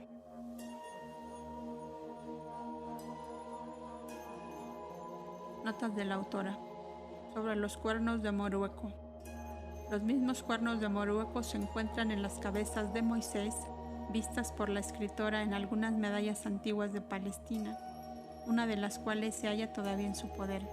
Los cuernos que forman parte de la resplandeciente aureola de Moisés en Roma, por Miguel Ángel, son verticales en lugar de estar doblados hacia las orejas, pero el emblema es el mismo, de ahí la serpiente de bronce. Sobre los ojos místicos de Amón. Pero véase Magi Papyrus de Harris número 5 y el Amón con cabeza de Morueco fabricando hombres con un torno de alfarero. Sobre Ulupi, Ulupl tiene una marca completamente atlante. Lo mismo que Atlántida no es un nombre griego ni sánscrito, sino que nos hace recordar los nombres mexicanos. Sobre Nagi, hija del rey de los nagas, Kaurapya. Mahabharata Adi Parsa, Sloka 7778 y 7789. El Bhagavata Purana, según lo explica Sridhara, el comentador, presenta a Ulupe como la hija del rey de Manipura, pero el difunto Pandit Dayanath Sarasvati, que es ciertamente la mayor autoridad sánscritista y puránica en tales cuestiones en la India, corrobora personalmente que Ulupi era la hija del rey de los nagas en Patala o América, hace 5000 años y que los nagas eran iniciados. Fin de las notas. Y ahora es de esperar se haya probado todo el significado del emblema de la serpiente. No es el mal y mucho menos el demonio, pero es ciertamente el Semes Eilam Abrasax, el sol eterno Abrasax, el sol central espiritual de todos los cabalistas, representado en algunos diagramas por el círculo de Tiferet. Y en este punto también podemos hacer citas de nuestras primeras obras y entrar en más explicaciones. Desde esta región de profundidad insondable, Vitos, Aditi, Shekinah, el velo de lo incognoscible, surge un círculo formado de espirales. Este es Tiferet o Tifaret, que en el lenguaje del simbolismo significa un gran ciclo, compuesto de otros más pequeños, enroscada dentro de manera que sigue las espirales. Encuentras en la serpiente, emblema de la sabiduría y de la eternidad, el andrógino doble. El ciclo representa a Enoia o la mente divina, un poder que no crea pero que tiene que asimilar. Y la serpiente, el agato daemon, el ophis, la sombra de la luz no eterna y sin embargo, la luz divina más grande en nuestro plano. Ambos eran los logos de los sofitas o la unidad como logos, manifestándose como un doble principio del bien y del mal. Isis sin velo, volumen 2, página 293. Si existiera la luz sola, inactiva y absoluta, la mente humana no podría apreciarla ni comprenderla. La sombra es lo que permite a la luz manifestarse y le da su realidad objetiva. Por lo tanto, la sombra no es el mal, sino el necesario e indispensable corolario que completa la luz o el bien. Es su creador en la tierra. Según la opinión de los gnósticos, estos dos principios, luz y sombra, son inmutables. El bien y el mal son virtualmente uno y han existido por toda la eternidad, como continuarán existiendo mientras haya mundos manifestados. Este símbolo explica la adoración de la serpiente por esta secta como salvador enroscada en torno del pan sacramental o de un atao, el emblema fálico. Comunidad, Enoia y Ophis son el logos. Cuando separados, el uno es el árbol de la vida espiritual y el otro el árbol del conocimiento del bien y del mal.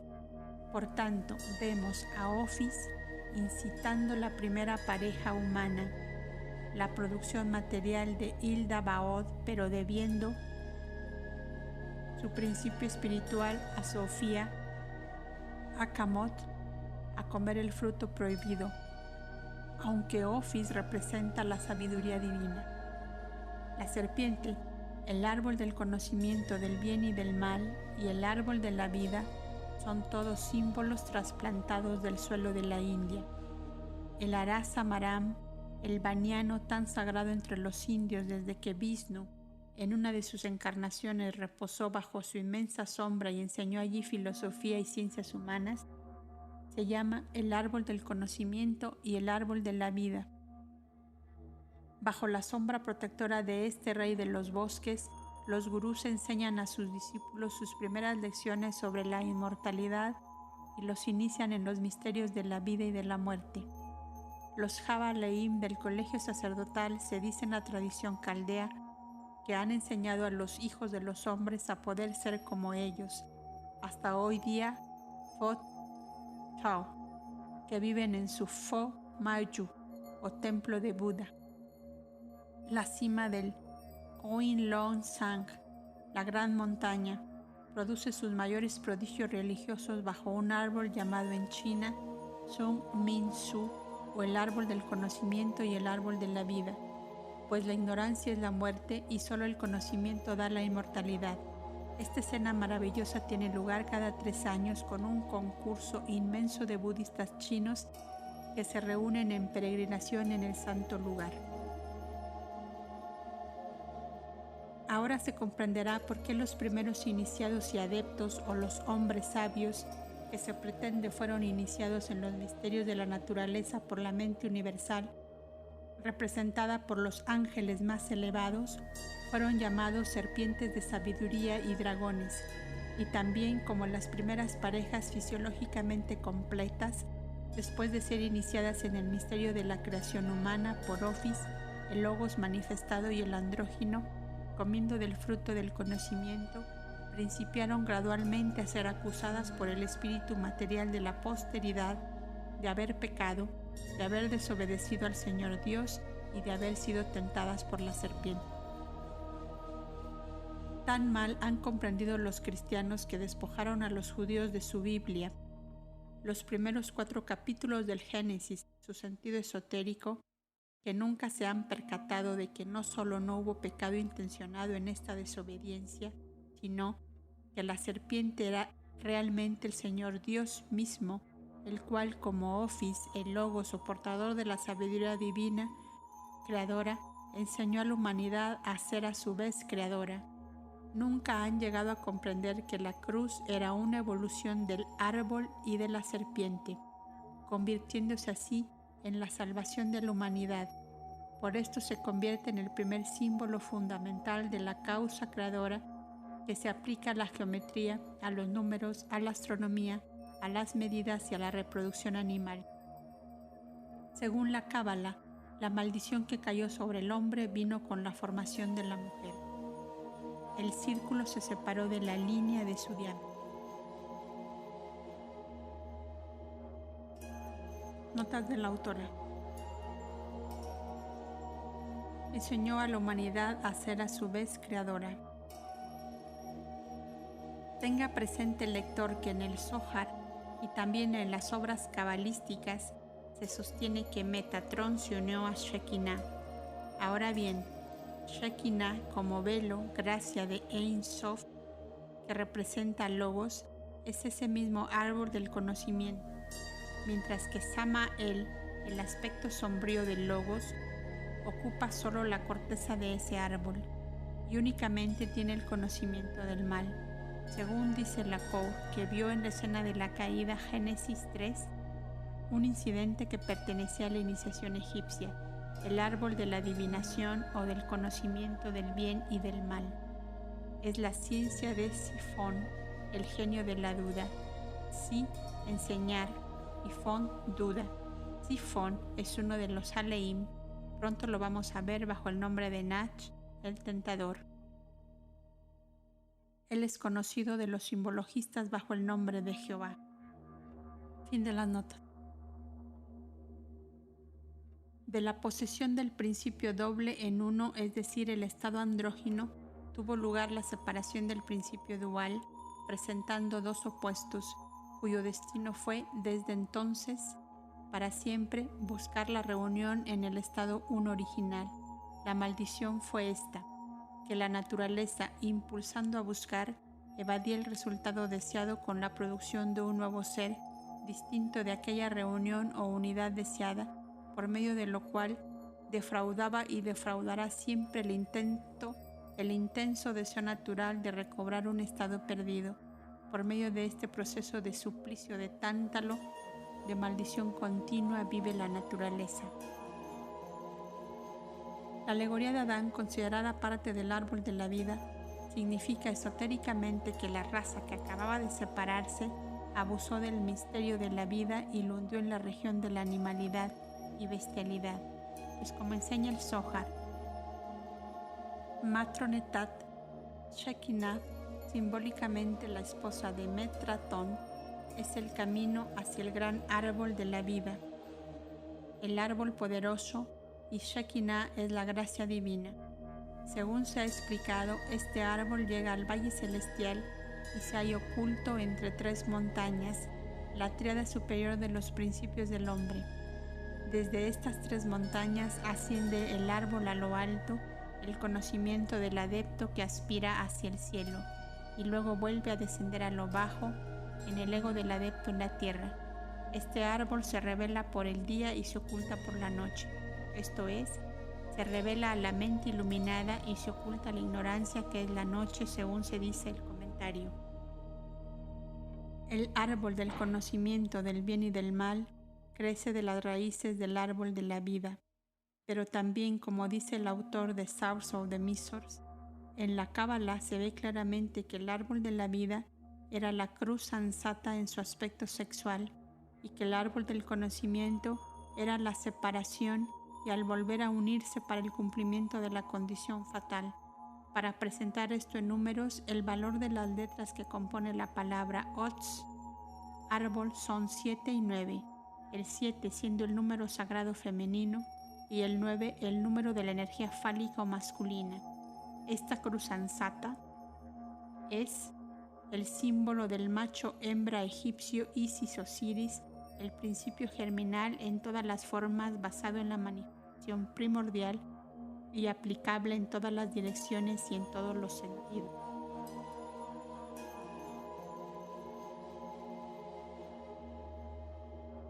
Notas de la autora.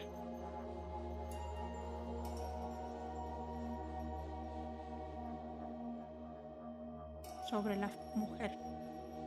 Esta es la opinión que han adoptado todos los padres de la Iglesia, pero no es la enseñanza esotérica verdadera. La maldición no principió al formarse el hombre o la mujer, pues la separación de estos era una resultante natural de la evolución, sino al violarse la ley. Sobre el suplicio de Tántalo. Vive la naturaleza humana, no la animal tan siquiera, sino la naturaleza pervertida, sensual y viciosa que los hombres, no la naturaleza, han creado. Fin de las notas.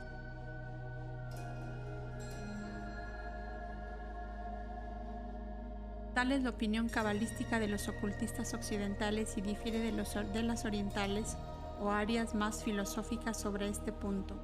La separación de los sexos estaba en el programa de la naturaleza y de la evolución natural, y la facultad creadora del macho y la hembra fue un don de la sabiduría divina. Toda la antigüedad, desde el filósofo patricio al más humilde plebeyo de inclinaciones espirituales, ha creído en la verdad de tales tradiciones, y a medida que prosigamos podremos demostrar de un modo satisfactorio que la verdad relativa de semejantes leyendas, si no su exactitud absoluta, sostenida por gigantes de la inteligencia como Solón, Pitágoras, Platón y otros, principia a ser vislumbrada por más de un hombre de ciencia moderno. Hállase este perplejo, sorprendido y confundido por pruebas que diariamente se acumulan ante él. Siente él que no hay medio de resolver los muchos problemas históricos que se le presentan, a menos que principie por aceptar las antiguas tradiciones. Por tanto, al decir que creemos absolutamente en los antiguos anales y las leyendas universales, no necesitamos confesarnos culpables ante el observador imparcial, pues otros escritores mucho más instruidos y de los que militan en la escuela científica moderna creen evidentemente en mucho de lo que los ocultistas creen, en los dragones, por ejemplo, y no solo simbólicamente, sino también en su existencia real en otro tiempo. Hubiera sido verdaderamente un paso atrevido para cualquiera el que hace 30 años se hubiese tratado de publicar una colección de cuentos ordinariamente reputados de fabulosos y pretender para ellos la consideración debida a verdades genuinas o el haber defendido como hechos reales ciertos relatos considerados siempre como ficciones, y muchos de los que se nos cuentan en nuestra infancia como leyendas más o menos desnaturalizadas, descriptivas de seres o sucesos reales, hoy en día sería menos arriesgado. Así principia la introducción de una obra reciente en 1886, de las más interesantes de Mr. Charles Cole, llamada Mythical Monster.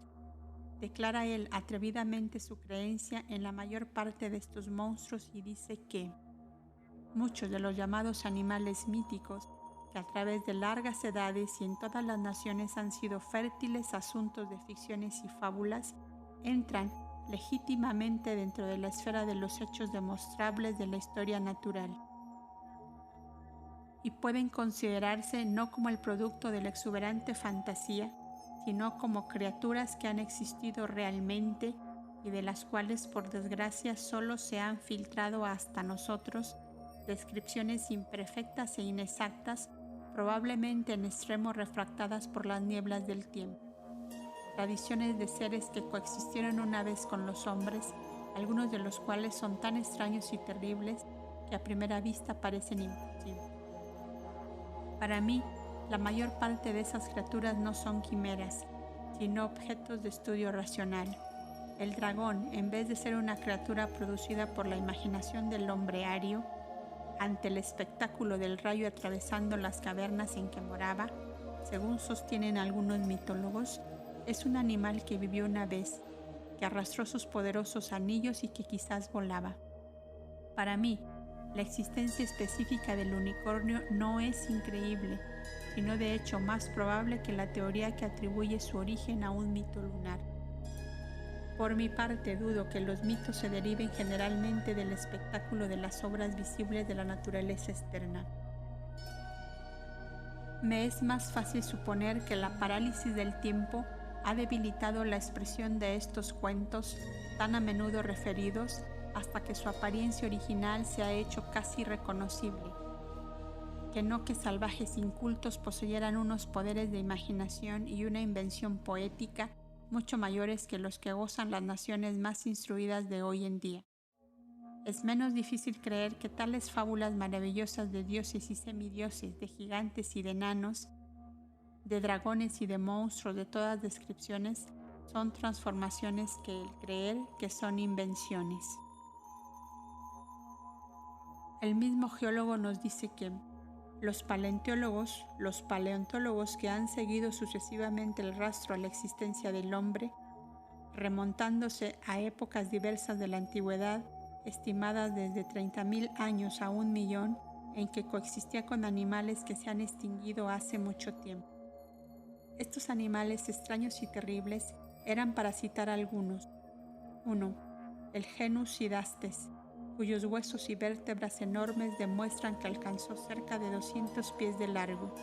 El profesor Marsh vio esparcidos en las llanuras de los Mauvaises Terres de Colorado restos de tales monstruos, nada menos que número de 10. 2. El Titanosaurus montanus, que alcanzó de 50 a 60 pies de largo. 3. Los dinosaurios, en los lechos jurásicos de las montañas rocosas, de proporciones aún más gigantescas. 4. El Atlantosaurus inimanis, del cual solo un fémur pasa de 6 pies de largo y la longitud total del mismo sería mayor de 100 pies, pero aún así no se ha llegado al límite, pues se habla del descubrimiento de restos de proporciones tan colosales como un hueso de 12 pies de un solo muslo. Luego leemos algo del monstruoso Cibaterium de los Himalayas, el ciervo de 4 cuernos tan grande como el elefante, pero excediendo a este en altura, del gigantesco megaterio de los lagartos voladores enormes, pterodáctilos con quijadas de cocodrilo en una cabeza de pato, etc. Todos estos coexistían con el hombre, muy probablemente atacarían al hombre, así como éste los atacaría. Y se nos exige que creamos ese mismo hombre, ¿no era mayor que ahora? Es posible concebir que, rodeado por la naturaleza de tales criaturas monstruosas, el hombre, a menos de ser un gigante colosal, hubiera podido sobrevivir mientras todos sus enemigos han perecido. ¿Puede creerse que haya vencido a un Cibaterium o a un saurio volador gigantesco con su pequeña hacha de piedra? Tengamos presente que, por lo menos, un gran hombre de ciencia de 4 fajes no ve ninguna buena razón científica en contra de que el hombre haya sido contemporáneo de los primeros mamíferos y se remonte hasta el periodo secundario. El muy conservador profesor Jukes escribe: parece que los dragones voladores de los romances han tenido existencia real en otras edades del mundo. Y el autor pasa a preguntar: ¿es que la historia del hombre, que comprende unos cuantos miles de años, abarca todo el periodo de su existencia inteligente? ¿O es que tenemos en las largas eras míticas que se extienden sobre cientos de miles de años registradas en las cronologías de la Caldea y China, recuerdos confusos del hombre prehistórico, legados por la tradición y quizás transportados a países actuales por unos cuantos supervivientes de otros que, como la fabulosa Atlántida de Platón, han sido sumergidos o han sido el escenario de alguna gran catástrofe que los destruyó con toda su civilización. Los pocos animales que quedan, tales como los elefantes más pequeños que sus antecesores, los mastodontes y los hipopótamos, son las únicas reliquias que sobreviven y tienden a desaparecer más completamente cada día. Pero aún estos han tenido ya algunos precursores de su género futuro y han decrecido en tamaño en la misma proporción que lo han hecho los hombres. Así pues, según E. Falconeri, se han encontrado los restos de un elefante pigmeo en las cuevas depósitos de Malta, y el mismo autor asegura que se hallan en compañía de los restos de un hipopótamo pigmeo y que el primero solo tenía 2 pies y 6 pulgadas de alto. Hay también el hipopótamo liberensis, que Mr. Melny Edwards presenta como de poco más de 2 pies de alto. Los escépticos pueden sonreír y denunciar nuestra obra como llena de tonterías y cuentos de hadas, pero al hacerlo así, justifican la sabiduría del filósofo chino Chuang, que decía que las cosas que el hombre efectivamente conoce no pueden en modo alguno compararse numéricamente con las que son desconocidas. Así pues, se reirán de su propia ignorancia. Continuará.